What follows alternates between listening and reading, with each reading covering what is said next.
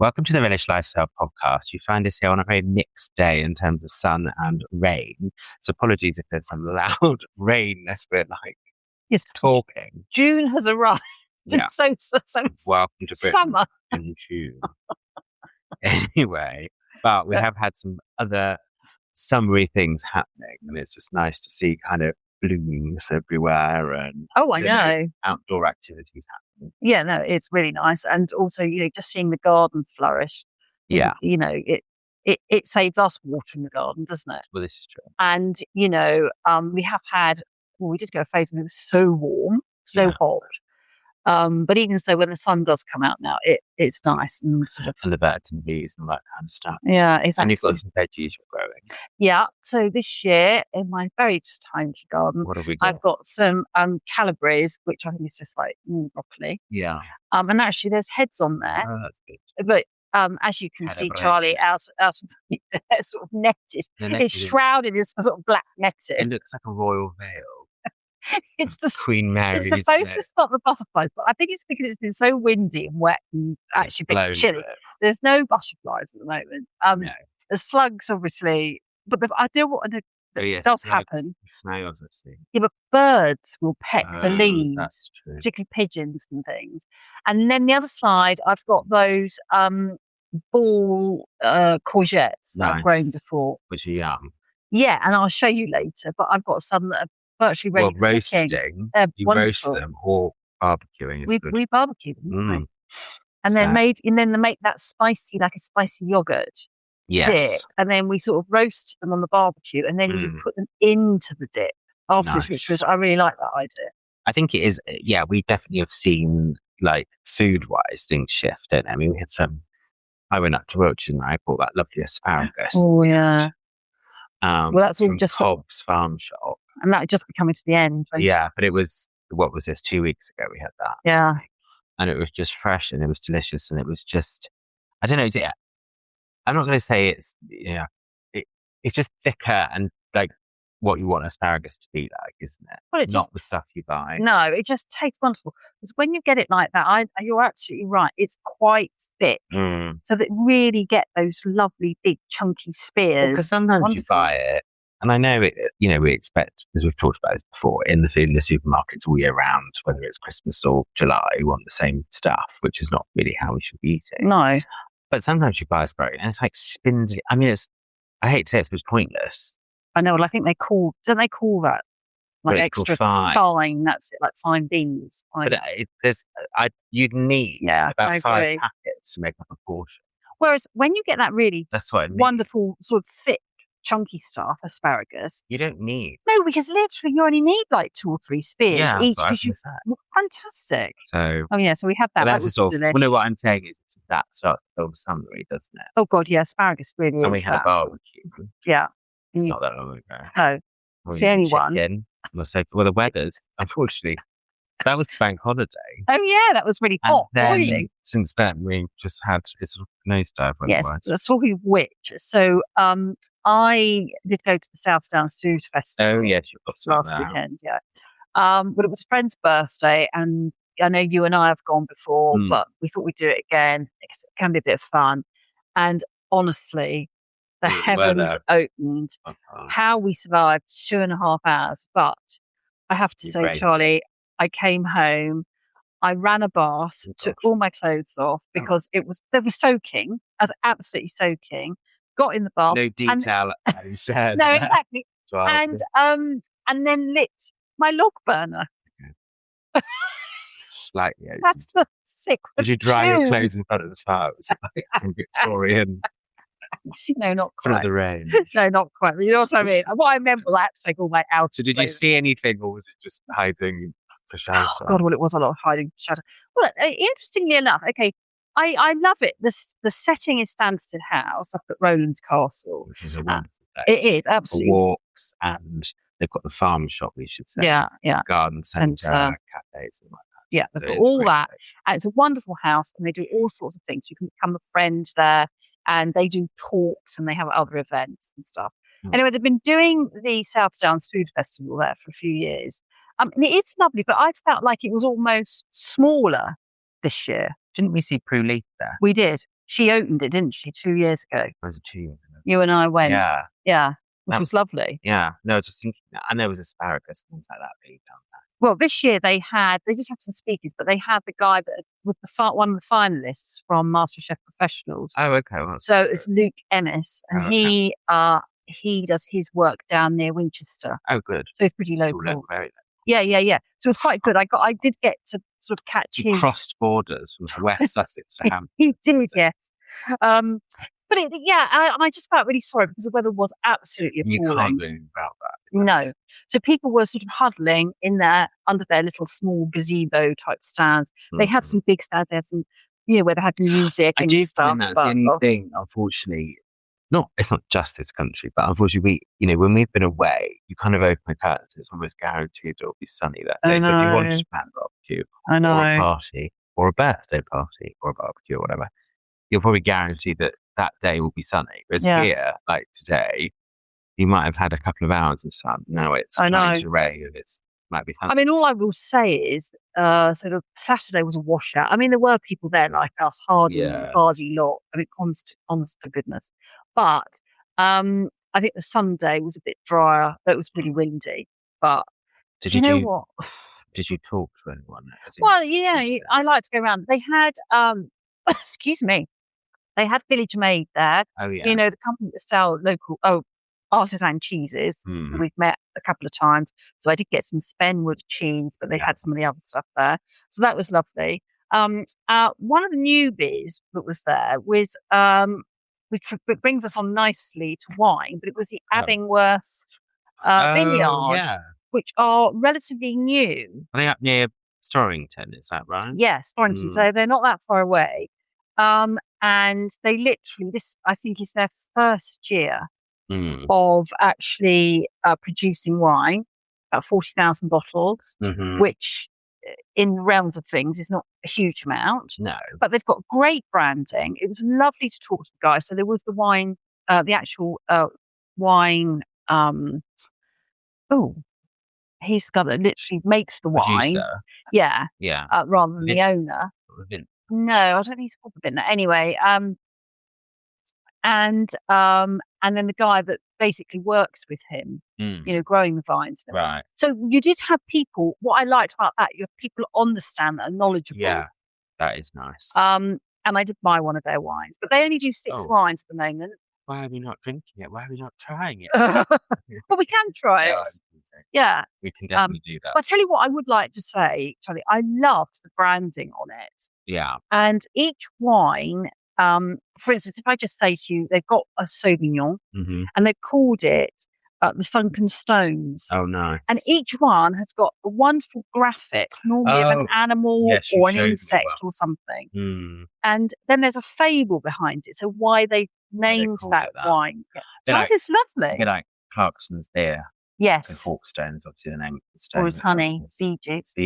But they're Hawkstone brewery. Yeah. It's named after the stone. So that was really nice to chat to him. And unfortunately, as I say, there was the guy who sells the local honey. He was there.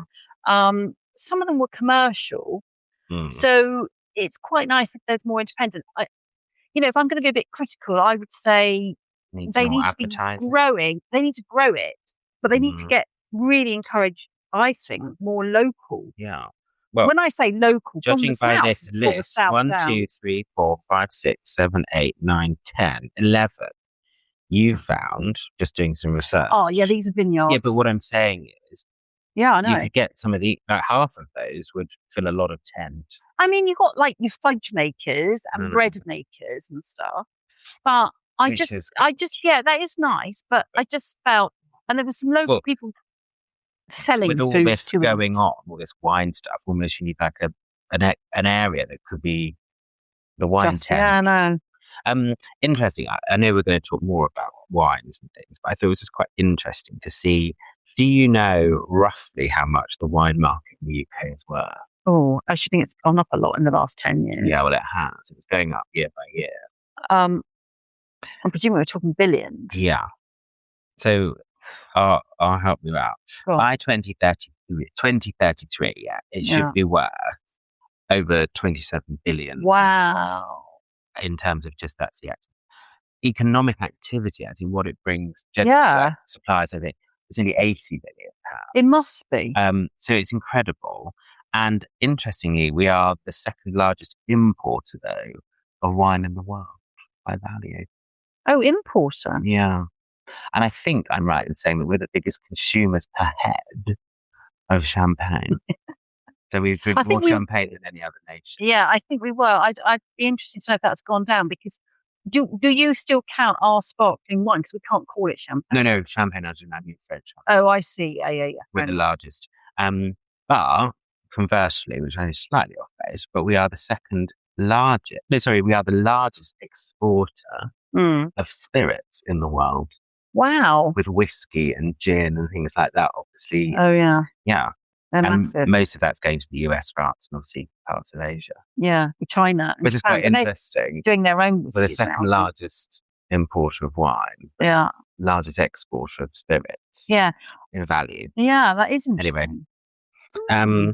And actually, to your point about what grapes and things are being grown. So obviously sparkling wine dominates. Yeah, it does. In terms of, what English and Welsh. Because of our soil and everything. Yeah, English and Welsh, actually, I should say.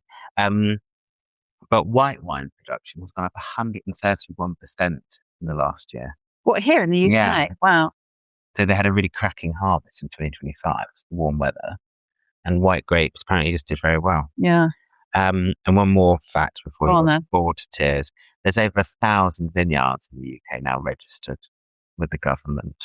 I mean, well, this Abingworth was new. One Fantastic. more. Go on then, one more. Pub quiz. How many millions of bottles were produced in 2025? In the UK?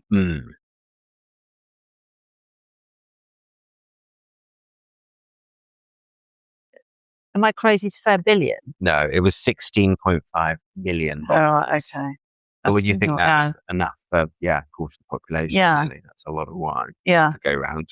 Well, so it's a huge industry. Yeah. Well, in the time that I've been living in West Sussex, which actually isn't that long, I've probably seen 2 or 3 vineyards pop up. And when I was looking at some of the vineyards across the whole of the South now, so really across the south, particularly in Sussex, the whole of Sussex, so East and West Sussex, and Surrey actually they go into. But, oh God, I've lost my train of thought now. They're spread across, they're growing. You've seen more as you come here. Oh, yes. But so they've been popping up. And what, to your point, what I was going to say was, to your point, a lot of them have cafes or restaurants or farm shops as well. So they are employing people. Yeah. And economy-wise, they're not just growing grapes. It's all the other thing. And a lot of sustainability as well. I think that's where the thickest full circle thing. They're selling so much wine that actually what they're bringing into the economy is getting bigger every year. Yeah. Because of other things. Yeah. Well, I mean, restaurants, wine tastings, tours. I mean, we've done them, haven't we, at Nightingale and Kingsbrook. And I think that's the thing. They offer so much. And then they do events on top of that. So a lot of these will then get guest chefs in. Yeah. And what I really like, a lot of them are using their grapes from their vines. They're not, because they're proper vineyards, they're not bringing in grapes necessarily. Though some do have to do that. But a lot of the ones I was looking at, they're what they call single grape. They come from that vineyard. Yeah, and that's what they produce. So that wine is solely from there.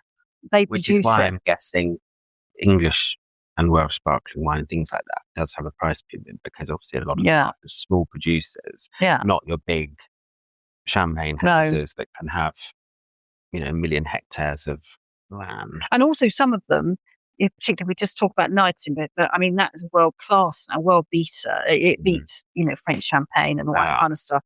And you'll see it everywhere. It's served at royal galas and all that kind of thing. Do you know where it's interestingly served at the moment, or was? The French embassy in that. Well, no, I wouldn't be surprised. It's absolutely wonderful. Well, it's just interesting. I think that was quite a turning point when we went and did a tour there. That was spectacular. And what I will say is Sherry Spriggs, who is their winemaker, we met her. Yeah. She was there and she did the talk.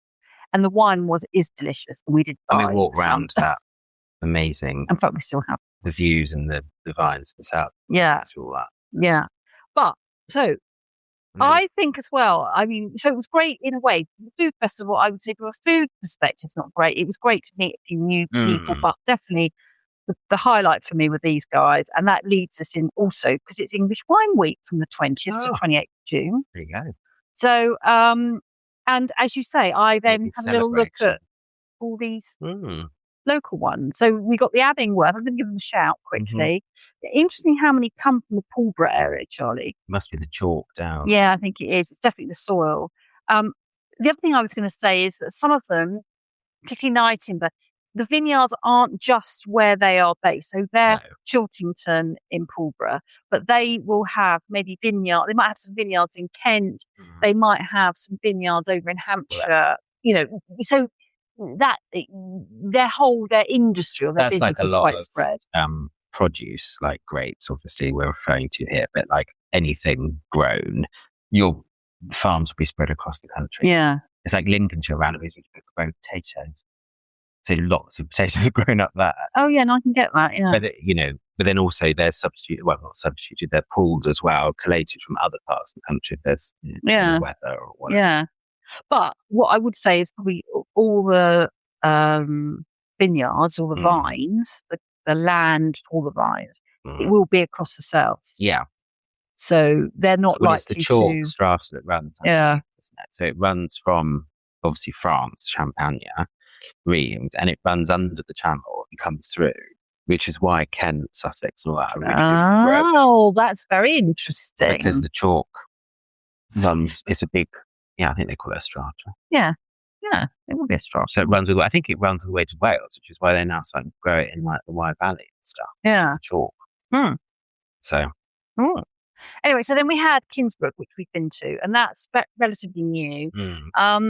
They have about 26 wines. So Abingworth is small. 26, but some of that is some of their vintages. Oh, okay. And actually, we've got a 2020 Bacchus wine I bought from there for my first visit, and they weren't completely.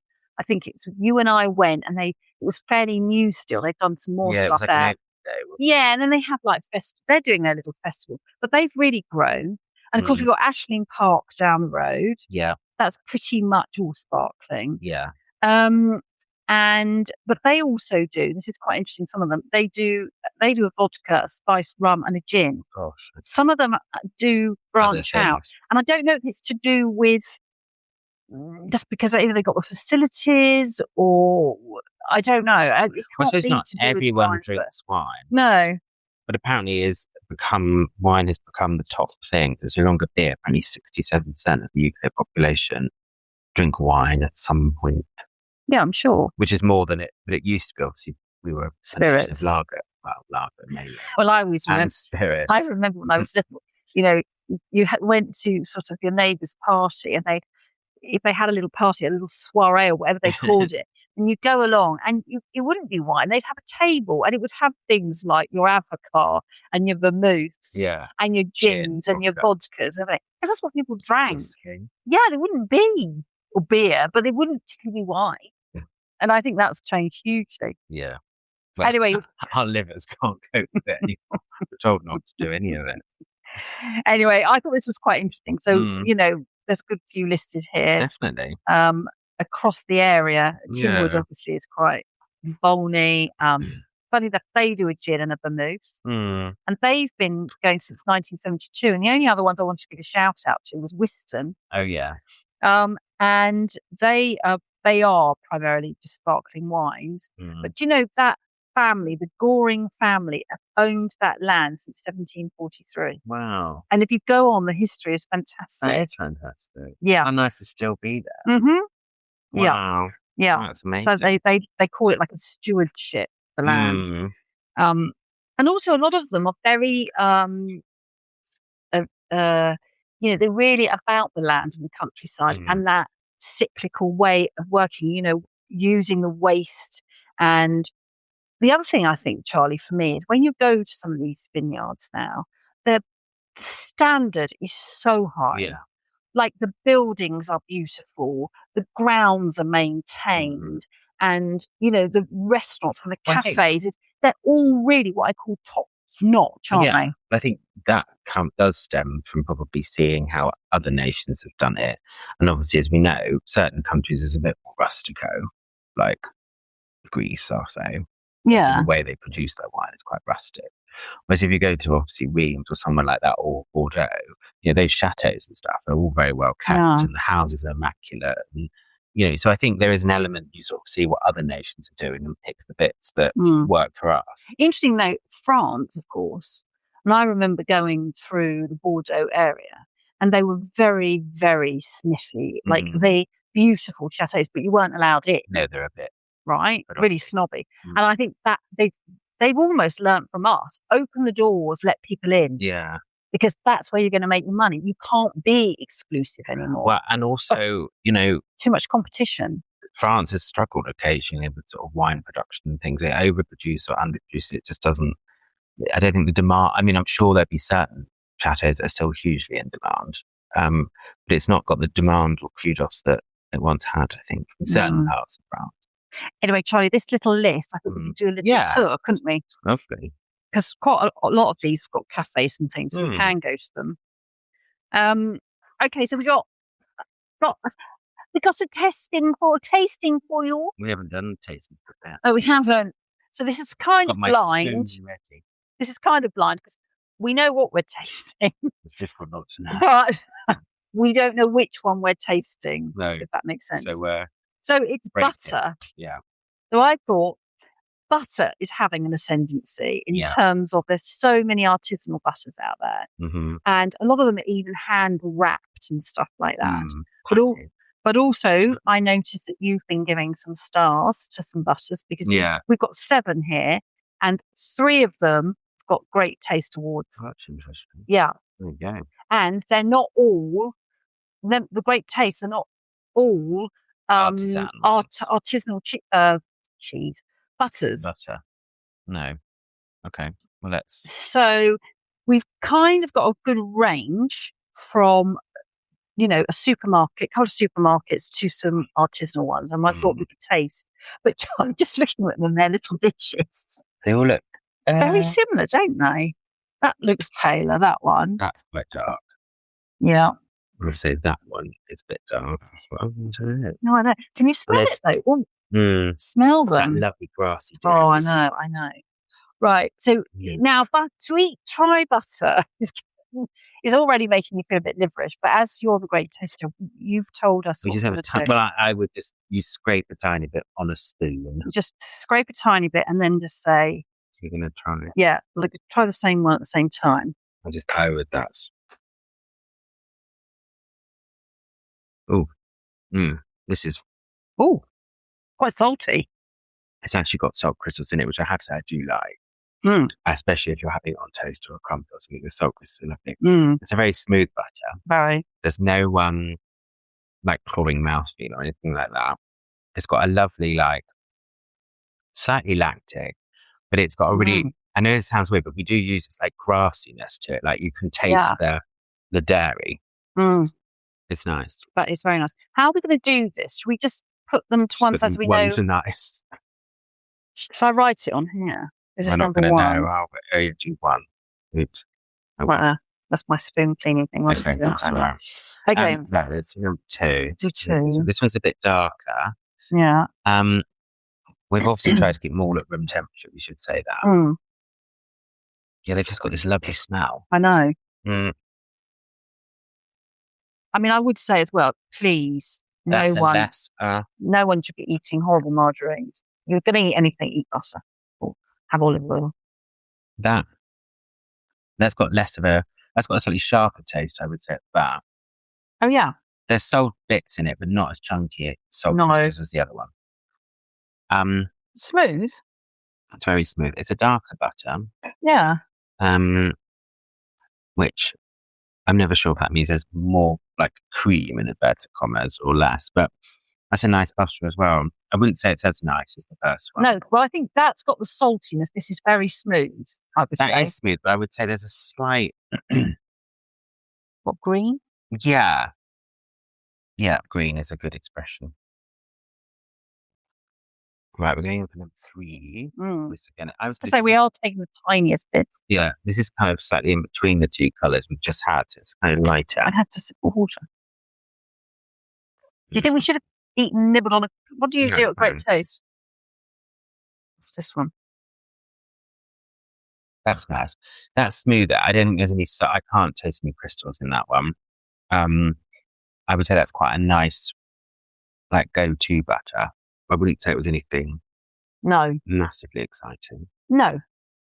But it's obviously depends what you're using your butter for. I'm not necessarily saying you would use a salt. No, and I think some of these butters would be very good just for baking. Yes, well, yeah. And then some of them are good for cooking, making a sauce, or as you just said, Charlie. Again, this is paler. Very pale. No salt crystals. Well, I can't taste any. And I would say it's got a slightly, almost like acrid taste to it. Grassy. Very grassy. And not necessarily in a nice way. It's a bit more chlorine as well, mouthfeel. Yeah. Yeah, a bit acidic. So that was number 4. Yeah. We've got a lot. We've got 7 to get through, so we're trying to. Again, this is quite a pale one, but I would say it's medium range. It's got a nice smell to it. You get the salt taste straight away on that one. It's quite salty, but I wouldn't say there's any crystals in that one again. But I'm not sure if salt becomes the overriding flavour to me. I wouldn't say there's a lot of grassy notes to that. No. Where some of the others, I feel like you can taste a bit more. Yeah. What's going on? Well, it's weird tasting together, isn't it? I know. And like we said before, you think something's all going to taste the same. You know, when we did it before, we thought, oh, they'll be different. And then you think, oh, actually. Anyway, this is number 6. Good for my artery. Well, we're hardly taking any. That's a nice butter. It's very smooth. Put it on my nose. Wipe on the page. Tiny salt crystals in that one, but a really nice mouthfeel. It's quite that's a nice butter. I think that's a good combination of what we've had. You don't look sexual. Well, I'm trying to. It's quite difficult when you're tasting them. Oh yeah, I quite like the balance of salt in this one. That's what I mean. Yeah. But you still got the grassiness, whereas some of the others we haven't really had that. Yeah, dairy. That's quite creamy, not too acidic. Yeah. And this one I would say is the palest of the bunch, I would have said. Very pale. Oh yeah, this one is pale. It smells quite nice. I think I know which one this one might be. Oh, okay. Well, it's got a slightly... The only thing is, do you know what, Charlie? That smell, to me, smells a bit margarine-y. Yeah, that's what I think I would like it. Yeah, to me, I'm thinking that is margarine. Yeah, that's combined with, I think, vegetable fat or something. Yeah. Yeah, that's the most insipid. Which I would say is probably one is the palest because it's got a bit of fat in it.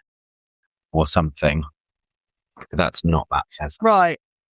Okay, so I think the first 2, because we've said here, so I've written it down. The first 2 had the big salt crystals in it, which actually I quite like. Yeah, as you said, on toast or something. I think you said if you're baking, fine to use one of these others. But actually, if you want it on something.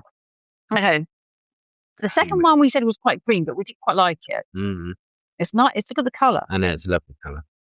Proper dairy colour. This one we said wasn't too exciting, number 3. No. This one was slightly salted. So actually number 5 we quite liked. So I think 1 and maybe 2 and 5. We said that 4 was a bit acidic. Yeah. That one we quite like number 6. We said it was salted and it was creamy, but we didn't like number 7. No. Right, should we decide? Now, Charlie, I'm going to see what you've got the list. Oh, yeah. So we do have a list of who we think, or what we're tasting. But I'd like you to have a guess. So number 1. I feel like I'm going to get them all wrong. Which we liked, this one. It was one of our favourites.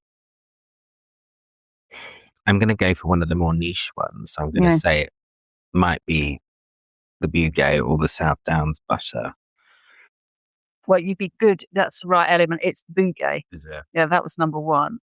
And so we're just going to tell everybody. So Bugey is one of the most. Charlie, could you have a little read? Oh yeah. It's one of the most high-end butters you can buy. And these are all, by the way, British UK butters. It comes in at £8. I paid £8.65. Gosh. For 200 grams. Just 200 grams. It is hand packed. But even in the packet, it smells like grass. Yeah, and it comes in like a wooden. It's a bit like a camembert. Well, it looks like I was going to say like cheese. So could you just read this a little bit? I love this. So it's completely unique. We make it to a 300-year-old recipe using still warm raw cream from our cultured, cows. Then we scatter on the finest British sea salt, and then the cows graze the rich herb marshes of Waveney River Valley, giving our butter its rich, creamy and complex flavour, a true British farmhouse butter. And it is lovely. Obviously, it's in Suffolk, and it's raw cow's cream, salt, live cultures, and it was delicious. It was. So we actually did. Well done. But interestingly, we did like that one, and we didn't know, so we can't. You maybe take a picture of this. So now the second one was green, but we quite liked it. Yeah. I don't know if it's a whip. I don't know. I don't know if that might be a supermarket one. Okay.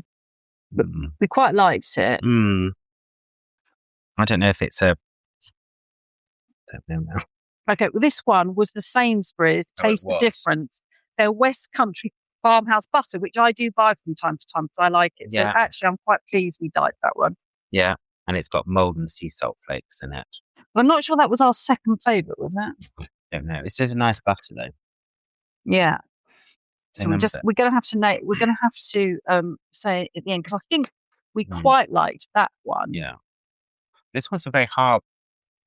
So this one we said wasn't it very exciting? No, it's quite smooth though.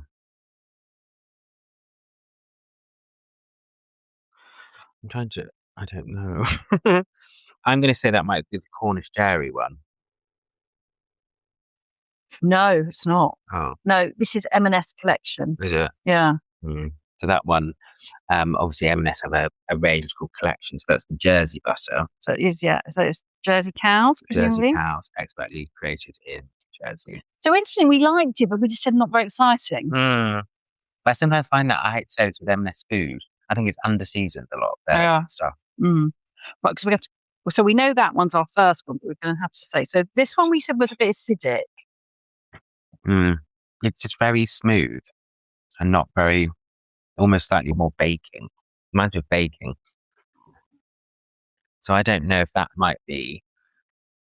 It has got salt in it, Charlie. I think it might be the Cornish Dairy Company. It is, and that's got 2 stars. Yeah. I mean, it's a lovely butter. Very smooth. On tasting that again, I mean, I've been buying this. And I actually think that's quite a nice butter. Yeah. I think it is quite creamy. Yeah. I think that's quite nice. Right. So then we've got, is it number 5 we're on now? Yeah. I don't know if I need to type that one's on there. I mean, it's a nice smooth butter. It's slightly salted. Yeah, we quite like this one. We actually did like this one, I think. Is that the South Downs one? It is. That's got 3 stars, I think. Gosh. Oh no, maybe it hasn't. Yeah, it has got. Well, 2018 it got 3 stars. Well, they wouldn't have changed it much. No. That is a nice butter, though. That is nice. Interesting, isn't it? Yeah, really interesting. Now, this one we said was quite creamy and salty. You said that was quite salty. I think that might be the Aldi one. It is. I quite like that one. I think for me it's got quite a lot of salt to it, though. But it's interesting how different they're all becoming. Okay, and then number 7 was our Marge one. And I'm not surprised. No, I'm not surprised. Président. Which, actually, we should caveat, this probably isn't British, obviously. Oh, no, sorry. Oh, gosh, yes. But I'm just going to. Do I want to chuck this one in because it's been given a star, great taste star. And French butters to me, generally they use unsalted butter, which tastes of nothing. I mean, it hasn't got any lower fat content than the others. There's obviously something that is. It just feels sort of whipped or mixed. Yeah, I think they whip it. There's not anything. No. Yeah, I wouldn't buy it. That one's probably my least favorite. Yeah, but you cook with that. Yeah, but I wouldn't. So very interesting then. So the president one, I think it was our 7th. Yeah. So we give that 7.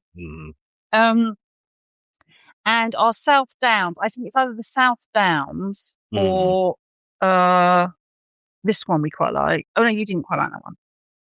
The Aldi you quite liked. I do quite like the Aldi one. But we also quite liked Sainsbury's West Country. The M&S one, I would say, was probably my 6th next one because I just don't think there was a lot of to it.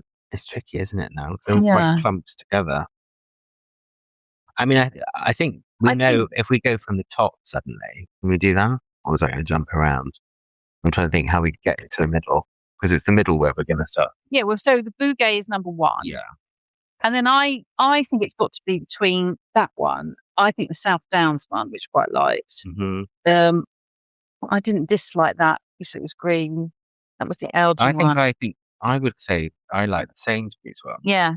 Okay, so we give that 3. Oh no, 2. 2, I think. I think it's a good butter. Yeah, I do buy that one quite a lot.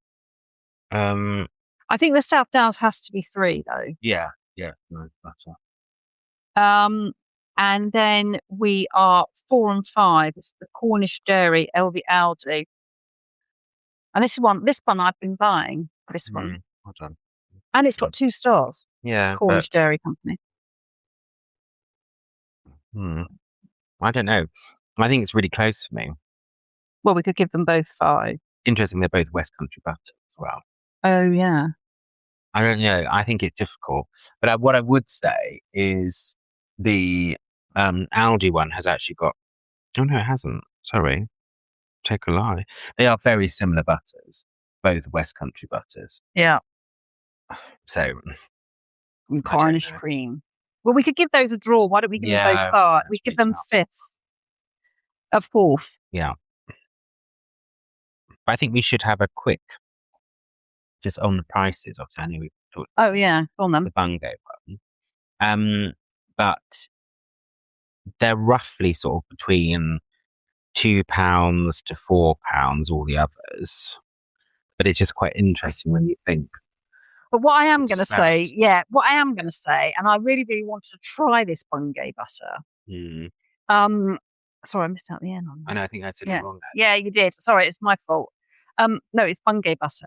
But I think we both liked it the minute we ate it. Oh, no, I agree. Without a doubt. I think it's delicious. But I think for like every day. Oh, yeah. But this is the one you have on your homemade bread. Yeah. This is the one you serve, or something like that. But I think some of the others, I would say, are quite clumped. I think the President on the M&S one is just a bit disappointing. I think there's a lot of flavour. But I would say actually all the others sort of in the middle, which is kind of your Sainsbury's one, which is £2.80.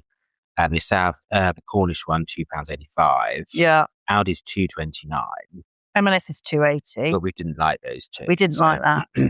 What I'm saying is the Cornish Dairy and the Sainsbury's and the Aldi are probably quite good ones to go to. Yeah. Depending on where you shop and what you can get. Yeah. Interestingly, I bought the President one, at £2.45 in the Sainsbury's. Its recommended price is £3.55. I would not pay that. No. But I think the reason I picked it up as well, because A, this has always been a butter, you've got all French butter. And it had a star. I think maybe for baking 2024. it would be fine. But I wouldn't pick that. I'd rather save my money and use, I don't know, the Aldi one. For £2.29, you're saving over £1. And also this West Country one is really nice. Yeah, but I'm just saying, because these are smooth for baking. Oh, I see what you're saying. It's good for your bread and butter. Yeah. So you're right. Depends what you need. Yeah. Anyway, interesting. Very interesting. One thing that is quite interesting with butter, I find, and I think we should mention it, as you did slightly at the beginning, is how a lot of countries don't have salted butter. They have unsalted butter, like when they serve bread and things like that. But there is, so obviously we have, well, lots of countries have, but like a north-south divide. Yeah. Obviously we have north and then the south. Yeah. And Italy, it's the other way around. North is wealthier and south is poorer. Yeah. But there's actually a north-south divide when it comes to butter and olive oil consumption. So you can literally draw almost a diagonal line through Europe. And the top half, so the UK, northern France, Scandinavia, into the Balkans. Oh, be butter. All butter consumption is higher. And then you probably have what I would say from mid-France. But mid-France is a mix, because you have places like the Périgord, which they still use. Yeah. And then you have this diagonal, the south of that diagonal through to obviously Greece and down that way into Cyprus is obviously all olive oil high consumption. This is quite interesting. And we've got a lot of butter to get through now. But the great thing is we can freeze it and we can bake it. So let's talk a bit about butter, because in terms of how it's used, I mean, one of the things that always amazes me is if you ever see professional chefs cook, they have bowls and bowls of diced butter. Yeah. I mean, when they cook a piece of meat, steak, fish, whatever, oh my God. I know. It literally is like a pudding bowl full of it. Well, I think there's that, because obviously from a basting dish, you don't do steaks or anything quite quick like that to keep the flavour and the moisture. And its flavour, butter adds flavour. But that's what I mean, the salt and stuff obviously gives you that saline taste that you need on a lot of things. But I also think obviously it's like for the start of like a gravy or a sauce, we pour off the fat, totally. and then that starts that process, doesn't it? Yeah. Make your move. But, some of this, so I think the top end butters are for your fresh bread. Oh, yeah. We're coming into the, Jersey potato, new potatoes. You talked earlier about asparagus. Yeah. Asparagus potatoes. I do have beef with one trend with butters. Oh, go on then. I don't like all these flavoured butters. Oh, no, I don't like flavoured butters. So, but like now you can buy, and I saw them when I was buying the butter. Oh. You can buy like truffle. No, I don't want truffle too strong. Chive, and so I'm thinking, I don't want all that in my butter. Well, also, if I would want that, I would put it into my buttery sauce or something, or I'd make it myself. Or you could just mix it into your butter. Yeah, exactly. Also, it's like making garlic butter. Like red top tip, you don't need a fridge full of different butters. You can have one butter and add your own flavour. Exactly. So, and that would be a lot cheaper. Softened butter. This is how, and then grate or crush some garlic. That's your garlic butter. Yeah. Push that into your bread, bake it in the oven. Put some chives in it, or put some. Oh, I'll tell you what I have made before, and that's prawn butter. Oh, wow. So the prawn shells. You could do lobster butter as well, but you take the shells and you cook it. But you cook it in butter, and then you let that solidify. Lovely. And then you would let that melt on butter. Well, because clarified butter is used quite a lot. I know. Chefs do that as well, don't they? They cook the butter and then they. Not British Heart Week, is it? All right. Because Indian cooking is a lot of ghee, which is butter, clarified butter. But yeah, I think for me, there's nothing nicer than almost watching butter melt like through a crumpet. Oh yes, I love that. I love it. I'll tell you for me as well, hot buttered toast. Yeah. Oh, and if you've made fresh bread, and I did make a fresh loaf yesterday. Yeah. I have to say though, I didn't have any interest in it, but to have that homemade bread, you've got to have. I'm going to say the word. It's bloody hard not to make homemade bread and then not want to eat it with butter. Yeah. It's like a thing for me. I can't resist. And also, what I would say, and we talk a lot now about overly processed food. Yeah. Butter is so not an overly processed food. No. Well, it shouldn't. For most of them, it's 2 or 3 ingredients. Yeah. That's it. And I think that bongay, I think they even say it's hand wrapped. Do you know what I mean? It's absolutely like. Yeah, it's interesting because there really is. I mean, like, I'm just having a quick look at the Sainsbury's one because it's closest to me. It's 98% cow's milk. Yeah. Obviously, you've got the mold and sea salt flakes in there, which add up a bit more. But it's literally 3 ingredients in that. Yeah. And I think majority random should one. Be. South Downs one doesn't necessarily say, but I'm assuming it will do. It'll have the ingredients. Butter and salt. That's it. Yeah. So yeah. So which yeah, is milk ingredients and wise, two to three cream. ingredients. If you've got more than 2 to 3 ingredients in your batter, don't buy it. No. And that's why all these other things are just not good for you, because your body can't digest it. It doesn't want to digest it. No, interesting. The one, the President one, which we said we didn't like, it's got lactic starters in it. Just noticed that. It's got the milk. The next ingredient is lactic starter. And I just wondered Look at the Bungay one. See, M&S one, only 2 ingredients. Yeah. It's, butter is just one of Yeah, those. only 2 ingredients. Yeah. Oh, they put live cultures in there. Yeah. That's fine. But because there is I'm trying to work out why that. That's because it's a cultured butter. I'm just trying to work out why that President one tastes like margarine. Oh yeah. That's what I was trying to do. Well, I think it's the way it's processed. I think it might be over whipped, smoothed, and then, as you say, it's not got salt crystals in it, and it's got whatever that other. It's about 1.8. It's interesting. The percentage of salt as well varies between sort of 1.5 to sort of 2% salt. So I guess it depends how much heft you want in your butter. The other thing is just quite interesting. I've only had a quick scan, but that President one lasts the longest. That's why it's got that stuff in it. It's interesting, isn't it? That lasts right through to the end of September. All the others, the next one is August. We've got July. Yeah, some of them will be. So the President one, maybe it's just got some additional whatever these lactic starts with it. Well, maybe some sort of preservative. Yeah, but normally they have to say, don't they? So anyway, so butter works very well with broad beans and peas, and I thought we could talk about those because they're very much summer vegetables, aren't they? Definitely. And I wanted to say, do you know what? I remember so often you grow broad beans and even peas, and they're quite difficult to grow. Oh, yeah. And they have a very short season, obviously, unless you are a huge pea, grower in somewhere. But there is something very therapeutic about sitting either outside in the kitchen, shelling peas or shucking broad beans. Yeah, I agree. I love that, but you just need quite a lot of space to grow them. Yeah, which I think is why, especially in our country, frozen peas are probably the most prolific form of pea, if I'm allowed to say that. But it's because it's so easy and you can just get them out of the freezer. And actually, it's probably one vegetable that doesn't deteriorate by being frozen. No, I think it probably enhances it. So I think peas and broad beans do really, really well. I think a lot of other vegetables, they're just not good frozen. Yeah. Not really. But those are absolutely. Now, just a quick thing. Peas and broad beans are apparently one of the first vegetables to be intentionally harvested. Oh, okay. And they date right back 6,000 or 7,000 years ago or more.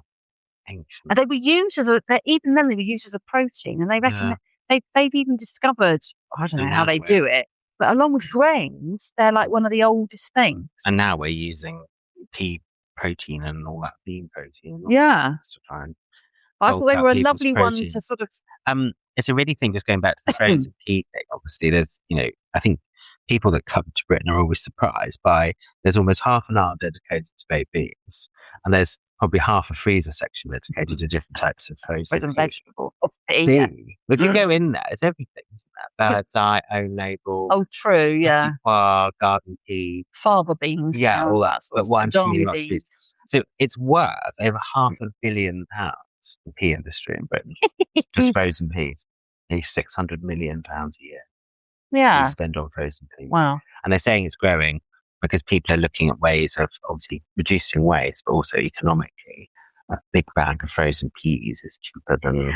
And because there's this big push on protein, and peas are good for protein, and beans, broad beans.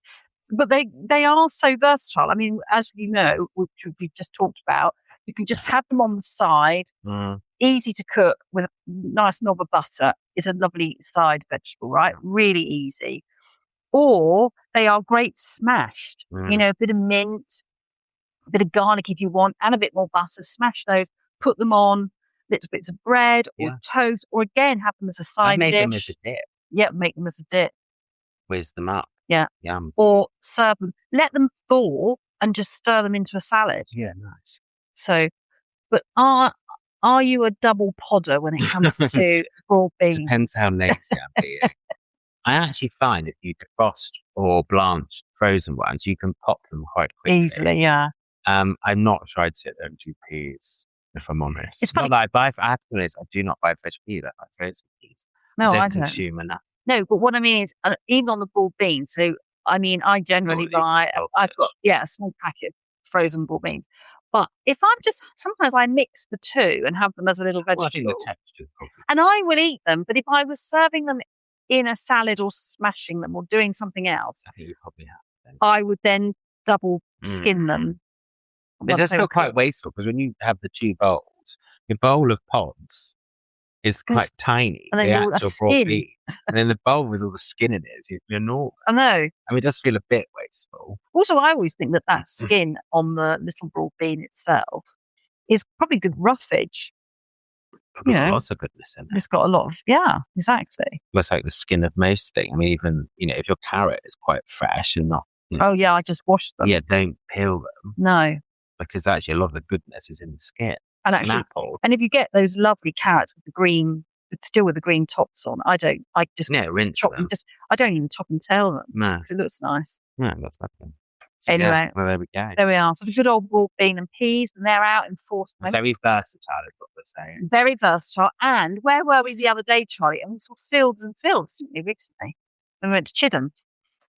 We walked through fields and fields. Oh, yeah. Sorry, I'm trying to remember. Yes, and they had the bird scare on to get firing. But they were canister. Amazing. And we weren't sure, but I think they were peas. Yeah, probably. They look like peas. Yeah. But the pigeons love them. So which is why this fake gun kept going off, because there was lots of pigeons. That was a hot day. That was one of the last. Yeah, it was hot. Yes, we would like the breeze when we were walking them.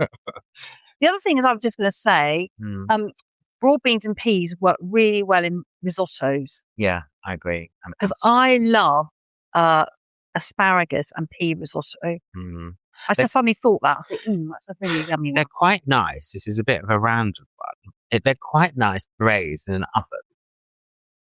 The peas. Oh, right. Well, so in like white wine, if you're cooking something like chicken or something on top, you put peas in. They're going to go like braised.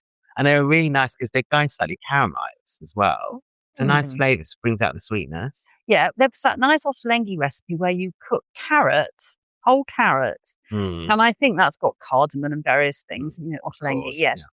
Yeah. And then I think there's a bit of honey. And I think it's orange juice. Anyway, you cook. And when they're nearly done, you throw in the peas. I've done that. And it's delicious. I've done my own thing while I was cooking. What was I doing? It was like a tray bakey thing. Spanish thing, I think. And then I thought, actually, I've got some peas. I just threw them in with the last 10 minutes to go. So they were absolutely yummy. So I think they're very versatile. And actually, even when I've been away on my own, and I don't want lots of waste, I'd sometimes bought a bag of frozen peas because they're just a good vegetable to have. I think they are. Sometimes you struggle. And they still have so much nutritional value. And sometimes you struggle in Europe, so to have any weedy. I know. So frozen peas is actually quite good. Only 5 minutes. Might slathered in butter. Which is so good. You just said how good it is. Right, we're coming up. Right, Charlie, get this. Our next podcast is our last of series 3. Blimey, right. I know. We've got to do a new photo shoot. And we'll have to think about how to end. But we could talk about... We'll slather ourselves in we'll be coming up midsummer. Yeah. Which is a bit scary as well. There's a few things that I thought we might talk about. It's International Pineapple Day towards the end of the month. Right. We've never talked about pineapple. No. But I thought it'd be a good one. And get this, cream cheese, so we could talk about scones and we could make some with all this butter. We're going to slather the butter on them. Maybe we could invite people. Tea party. God. Anyway, so we need to get our heads together. But we've got our day, haven't we? We've got our day. We're going to do a few things coming up, and maybe we could tour some of these vineyards as well. Well, as always, thank you very much for listening. You can obviously follow us on Instagram and TikTok at Relish Lifestyle. Hopefully you're not. Giggling? I'm giggling. Hopefully people aren't feeling too liverich after the butter. I know. I might certainly am. You know what I want to need to eat now. Obviously, we are on YouTube as well. We've put some videos up on there. We'll try and do some more. This brings us to the end of our episode, our very buttery dairy focus. And until we come to our last one of series 3, so it'll be episode 12. It just leaves us to say, keep relishing life.